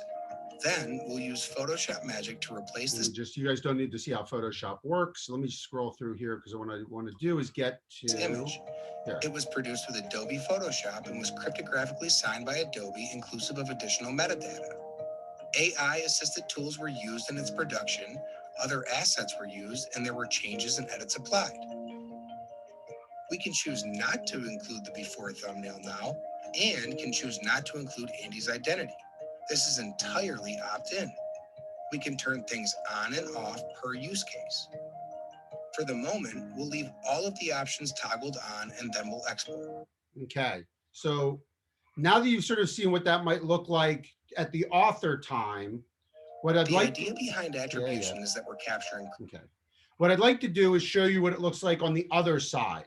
So if you go to, again, content-authenticity.org, one of the things you can do, and I'm actually going to take you to our website and show you this live, because I want you to see that it really is something you can do yourself. So I'm here on content-authenticity.org/case study. I am live on our website. You can do the exact same thing, play along at home if you'd like. This is a picture that was shot with that camera that I mentioned from Qualcomm and TruePic. And what we'll see is we put a little badge over the image to identify that it has Content Authenticity Initiative data applied. So if I click on the little eyeball, we'll see exactly the same sort of thing you were just seeing in the video, which is, here's the thumbnail of the image. This tells me that the photographer was Sarah Lukovitz. She produced it with Photoshop. So obviously we can assume this was modified and when she did it. And we'll see that she applied a color and adjustment, some effects and styling, and some transformations. And then here's the original image, but I'd like to get a little bit more information. So I'm going to click on View More. And this is going to take us out to what we call our Verify site. So on the right, we see the information that we were just looking at, but here we can see, here's the original. So I can actually click and see, here's what was there. Now, that's the image that was posted online. Here's what it looked like before she applied her modifications. And again, we can see that it was produced with the TruePic Foresight firmware for the Snapdragon. And that was the capture operation, and it was captured in New York. And just one of the other things I'll show, just because I think it's kind of neat as a way to wrap up, is that we have this cute little UI where you can sort of take a look at the differences as you go along. So this is just a work in progress. We're just trying to give folks really an idea of what this might look like in the real world. And again, this is just sort of first steps. We're looking for lots and lots of input to this, and we expect that that's going to be a big part of the standardization process, is going to be understanding, is all of the right information present? What else is necessary? What are the experiences that users are expecting? And especially that little eyeball, like we want something that users go to any site in the world, they see that something on an image, something on a video, and they know that that means it's authentic or has the authenticity initiative information present. What will that look like? And we think that's also something that's going to be part of standardization. So let me say thank you again to everyone for the opportunity today, and let's go to Q&A. Thank you very much. Again, this was also, although we knew part of it because Leonard has been around and has been educating us about CAI, very, very nice and new and refreshing demos. So yeah, so we are actually doing quite well. 15 minutes left before time, so we have plenty of time for questions. And I see there are actually questions to all three speakers today. And I would like to maybe leave because some of them are maybe comments rather than questions. So there is one to Fred from Sabrina. Sabrina, would you like to make the comment directly yourself, or you want me to read it for you? Maybe it's better if you do it yourself. Hello. I'm happy to. Well, everybody can read it. I'll just be a little bit more freeform about it all. Fred, thank you very much for that fantastic presentation and so many new things that I hadn't seen before. And I was, what I put in my comment was that I was really interested in the notion of interoperability of JPEGs with the workflows that are in place. In particular, I commented on news, but of course, science research and evidence is really critical as well. There is a real problem with image manipulation in scientific papers, not because people mean to do the wrong thing, but because they just do the wrong thing accidentally and creates some havoc there. So mine was really more of a comment to just say that I think it's really important, especially in Australia, we're investigating digital platforms and how they're reusing news that's being created by news producers. And here in Australia, we're starting to have some governance around that, saying that we need to have Googles and Facebooks, et cetera, of the world paying for the news that they're using. And that means that this is an opportunity for us, for the JPEG standardization that we're looking at, to be able to cope with the fact that either Google is going to start creating news, or independent news agencies are going to be able to reverse that problem that they're suffering from not being able to get revenue and therefore sustain their operations. Do you, I guess as I say, it's not so much a question, and I apologize for that, but did you have any view on that, that phenomenon? I think that is indeed a problem that is resonating quite strongly among the members of Photo Consortium, who are photo agencies, often acting as a source for independent news outlets to base their publications on. And their worry about the Googles and Facebook of this world is also very well known to the JPEG community. I think that they strip the metadata from the photos, so that these agencies cannot even trace what is happening to their content. And I think it is in everybody's interest that the information integrity is conserved, and that certainly in a business-to-business situation. I can imagine that for Google, etc., they cannot implement such things for images that are uploaded by end users, which is it's already a difficulty. But certainly in the workflows in a business-to-business context, and especially in reporting and news, this will become very important. I think we cannot continue the way it is now, because the trust in images is eroding. Many of these news outlets are using social media content, and then afterwards it appears to be of dubious source.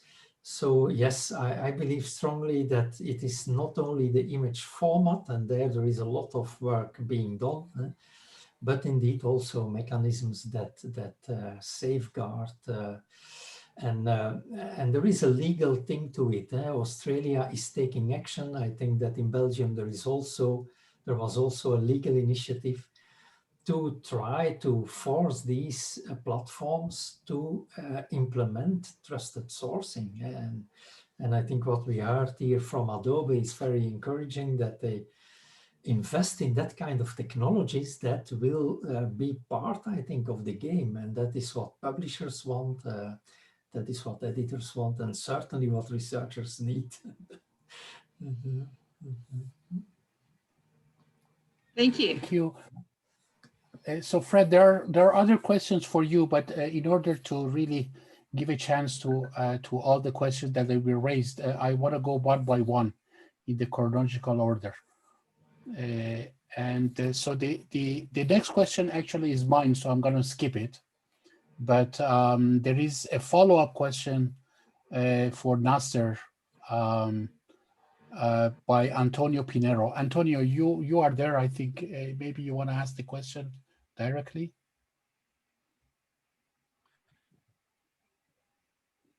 Antonio?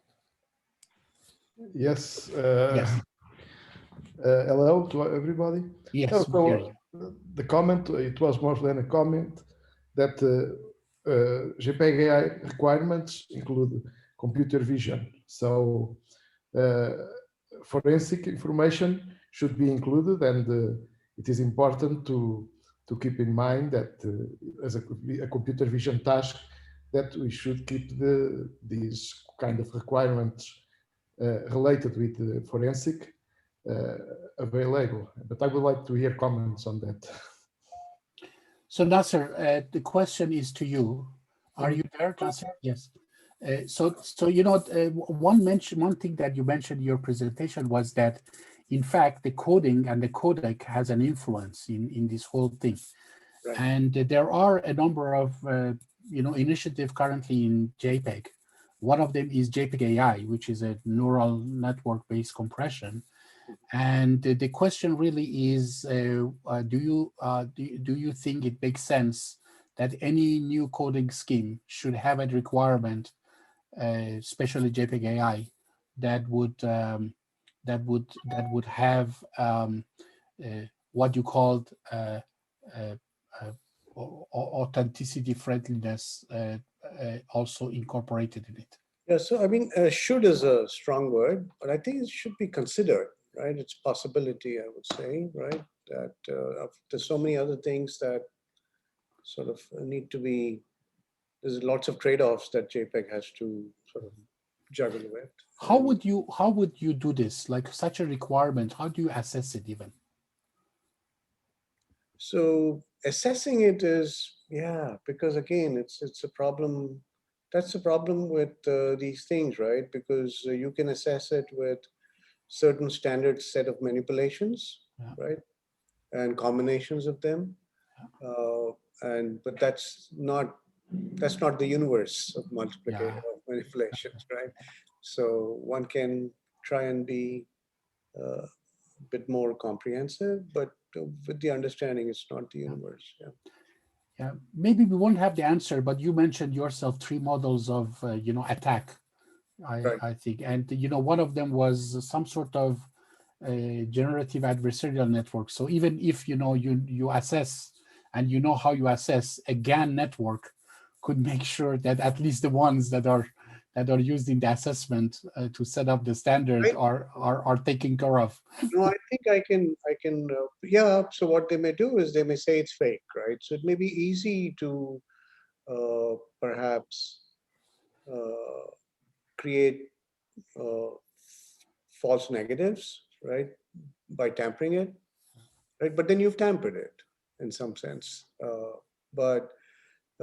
I believe it's much more challenging to create false positives, right? It should be close to very impractical. That's what cryptography does, right? Close to impractical to decrypt it, right? But you can always jumble up the message. So I think the thread model is that I'm not trying to take a real image, and I mean the real image is there, and if I modify it, it'll of course be flagged as tampered. If that application makes sense, but you cannot take a real image, tamper the image, and then prove it as real, right? So that is what this may protect against. Now, maybe you need the other one as well in certain applications. Then you need other techniques, right? So I don't think there's a single silver bullet. I mean, the content authenticity initiative is a fantastic example, right, of what can be done. But again, it doesn't capture the things that don't go through that system, right?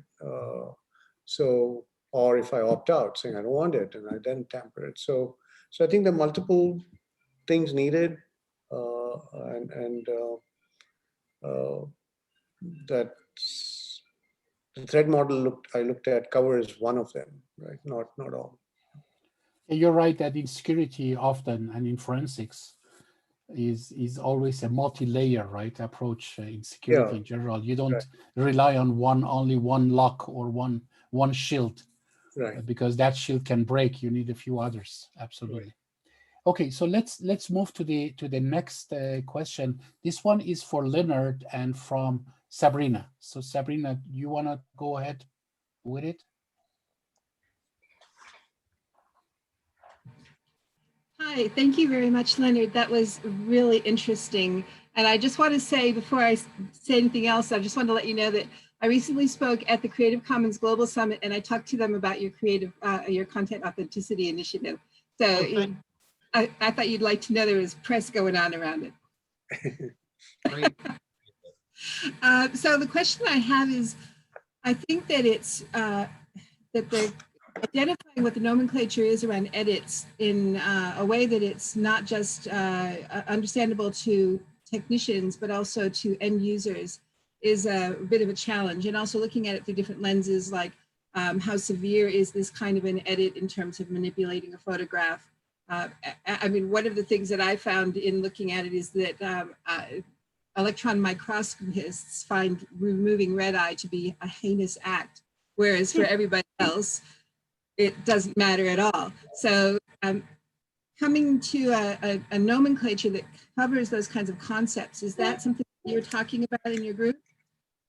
Yeah, so that's a great question. And the answer is yes, absolutely. We think that coming up with that nomenclature, and again, not just, and it will probably be segmented, because the nomenclature, what we've already learned is the nomenclature for imaging is not the same as for video, is not the same as for documents, etc. Or worse, the same word is used and means completely different things. So what we started with, and what you saw in the examples that I showed, we took the over 2,000 verbs that are in Photoshop, and we categorized them. So it's really a difference. We hide a bunch of this. So inside, we want to know all the gory details so that the forensic people can actually see every single little thing that was done. But we know that the average user will have no idea what that means and what to do with it.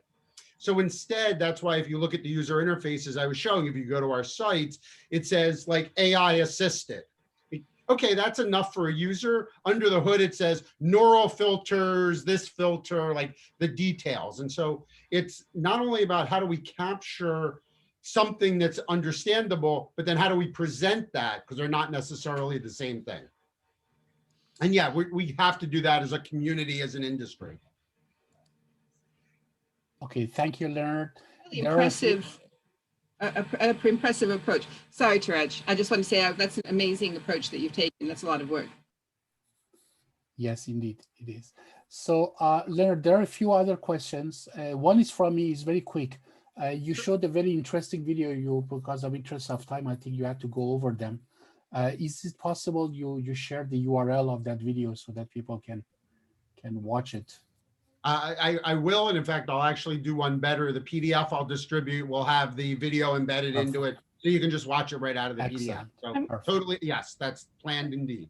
And maybe in addition to that, the demo that you showed on the website, is that something that which is open to play with, or do you need to log in for it? Okay. Nope. That's why I showed it. You can go there right now. Please go to contautauthenticity.org/case study and have fun. Yeah. I'll definitely will. So there is another question from Minky Hong. I don't know if he's here still or she's here. Is to Leonard. Yeah, I can answer the question. I don't know. Okay. So the question everybody can read. Maybe you want to answer that. Yeah. So the question is about using CAI as an open standard, and the idea is. It's the whole point of it is being open and an open standard. And we also expect to have one or more open source implementations that go along with it. Those will accompany it. And the whole point is so that anybody and everybody can use it. There's no cost involved. You want to build a service around it, that would be great. You want to put it in hardware, that would be great.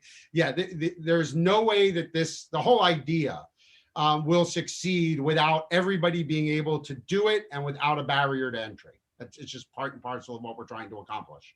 And I think, and I'll say we in this case, even this group itself, JPEG Fake Media, this whole idea, this whole concept has to be done open, has to be shareable, has to be anybody can do it, or we won't work. It just won't.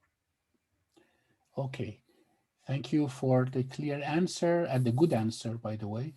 Everybody is probably very happy to hear this. So maybe the last question from Michael Steidel. I don't know to who it is addressed, but Michael, are you online? Yes, I am. Yeah, so maybe you wanna say also to whom you are asking the question. Yeah, well, actually, let's say to the JPEG fake news group, okay, and all the involved.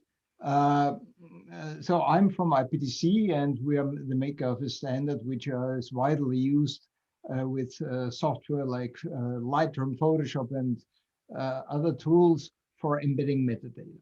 Okay, and we are also in heavy strict contact with the users, and there we know that many of them take the photo as a raw in the raw format.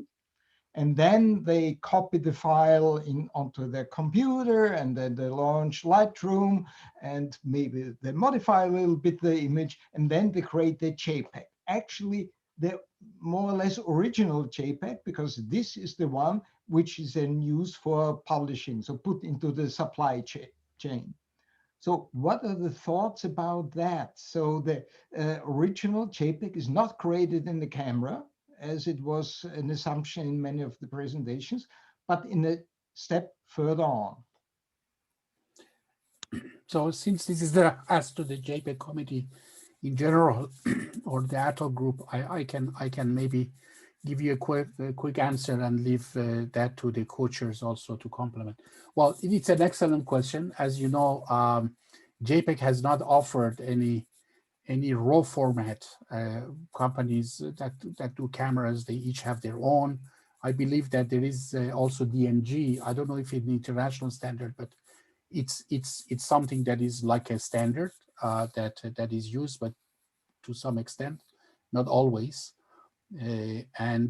So it's a good question. I think that at this moment we really didn't think about it. So for us, it was not necessarily JPEG, but all the JPEG formats, right? So it's not all images are in JPEG. There are some in JPEG 2000. There are things that are in JPEG XS, and currently JPEG XL is picking up. So this is where this information was supposed to reside. But that's an excellent question. What about something that is outside of the existing formats that JPEG is dealing with, and what should be done? I don't have an answer. It's a good question. We have to find an answer for it. I don't know if Fernando or the co-chairs, Frederick or Deepayan, have anything to add. Well, I think there's actually two sides of it. First of all, there is capturing. You start from a raw file, and typically indeed you start to do some color enhancements, denoising, and so on. So there is a whole process, and I think that's part of the information that should be captured somehow within the final image. Similar to what Leonard has showed in the demo. So in this case, you have the original raw photo that you can still refer to from the JPEG image, and you can trace back all the steps that have been taken to come to the final published image. That's one side. The other side is in terms of what we can standardize. That's basically the framework of how to use all these technologies in together with the standards that we have defined within JPEG. And we don't have much control outside of that. But on the other hand, there are standards like, I think Leonard can comment on that, but I know, so for the content authenticity initiative, they have been using JUMP, which is a JPEG standard, but I think, and Leonard, you can confirm if that's correct or not, but they have adopted a very similar approach for other type of file formats as well. So I think that there is indeed a need to work broader than just one subset of formats. And even though we cannot control it, it's a natural process. I think that it will partially evolve in that direction. I think Leonard can also further comment on that. Yeah, just to expand on it, I think the thing to consider, and Michael, great question, is we need to understand, as you point out, that the whole workflow. So, so the JPEG committee is going to say, okay, for example, here's how it's going to work on the JPEG side. Here's how we're going to deal with things. And they're going to feed that information because we're leading the pack. If you look at all the other groups, the raw group isn't looking at this yet. Video groups aren't looking at this yet. So I look to us as leaders to push that over to these other groups and say, okay, when you go from raw to JPEG in the workflow that you point out, here's what we need from you. Here's what you need to capture at the raw state to then bring forward into JPEG for us to work with. And I also expect that to go the other way. So for example, when you place your JPEG image into Microsoft Word or InDesign or whatever, you're going to author a document, what the JPEG committee is also going to say, here's what you guys need to make sure you take out of our JPEGs when you bring it into the document, and then take it all the way through into that next step. So, we're and web browsers and social media sites and whatever. So we've got a great center of the universe type approach. And I think our leading that is a great opportunity. So Leonard, I assume that PDF is already open to integrate this. Yeah, so as I mentioned before, we've done a proof of concept that demonstrates how we can do this with PDF, absolutely. And because for all certainty, the RAW is not mostly archived. So when I look at photo agencies, they do not keep the RAW. More and more, JPEG is also used for the archiving, together with the digital negative, etc. But the actual RAW, that is not really the practice to keep that even. So as I said, this is a very good question. Thank you, Michael, and thank you, Leonard, for actually providing some answer actually to this. That needs, of course, to be discussed and concretized in the next steps. Since we are 7 minutes behind time, I propose we stop here. but please don't hesitate to ask any other question and create and initiate debates and discussions around any of the issues that were discussed today, or even if they were not discussed, through the Atto group reflector. You probably all know in the announcement there is a link to the Atto group. You know how to join, and please do use the Atto group email reflector for discussions. I would like to thank all the speakers and all the attendees for sticking around, and this is the first, but not definitely the last workshop. So looking forward to really using these workshops in order to get a better understanding. Thank you all, and I would like to close the workshop at this moment.